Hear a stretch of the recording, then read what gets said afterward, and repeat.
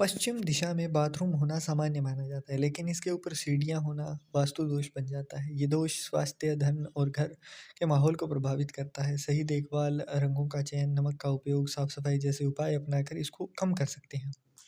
परंतु फिर भी ना इससे घर के अंदर एक भारीपन, लड़ाई-झगड़े ये चीज़ें बनी रहती हैं। घर बनाते समय वास्तुशास्त्र का ध्यान रखना इसीलिए ही ज़रूरी माना जाता है। खासकर बाथरूम, सीढ़ियाँ और दिशाओं को आपसी तालमेल वास्तु के नज़रिए से काफ़ी अहम होता है, क्योंकि ये राहु के अंडर आती है चीज़ें। तो राहु खराब हुआ तो ये एकदम से नुकसान देगा। तो अब उसी चीज़ की ही बात करते हैं। अब यहाँ पर होता क्या है ना कि पश्चिम दिशा में स्थित बाथरूम को आमतौर पर वास्तु के अनुसार ठीक माना जाता है, क्योंकि ये दिशा वरुण देव से जुड़ी हुई है।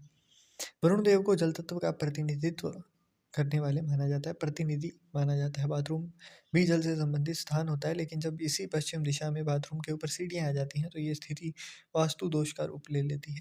ये दोष दिखने में साधारण लगता है, लेकिन इसके प्रभाव लंबे समय तक महसूस किए जाते हैं। जब इन भूमिकाओं में आप देखते हैं कि अपनी ऊर्जा कम हो रही है, आप टेंस्ड रहने लगे हैं, तो यहाँ पर आपको देखने को मिलेगा कि पश्चिम दिशा जहाँ लाभ, स्थिरता, प्रगति से जुड़ी हुई है, वहीं आपके जीवन में संतुलन नहीं है, आपके जीवन में असंतुलन बना हुआ है लगातार।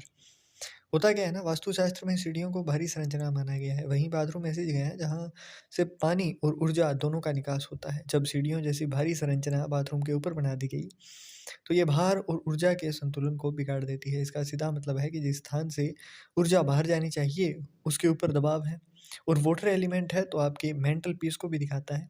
तो इससे होता ये सीधा इफ़ेक्ट है आपके ऊपर। आपके अंदर लगातार थकान, कमज़ोरी, बार-बार बीमार पड़ना घर के अंदर होने लगता है। आर्थिक स्थिरता के ऊपर प्रभाव होता है, क्योंकि ये वाली जो डायरेक्शन है वो पैसे के रुकने को दिखाती है।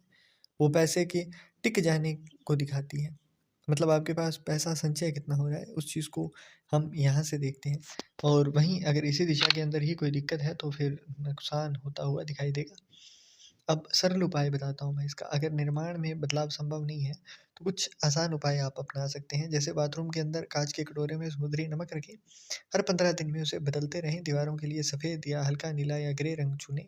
गहरे रंगों से बचाव करें। बाथरूम के दरवाजे या बाहरी दीवार पर वास्तु पिरामिड लगाने से भी संतुलन होता है इससे। साथ ही बाथरूम की साफ-सफाई और वेंटिलेशन पर खास ध्यान दें। जितना ज़्यादा इन चीज़ों में आप ध्यान रखेंगे, उतना ही ज़्यादा आपके लिए फ़ायदेमंद रहेगी चीज़ें।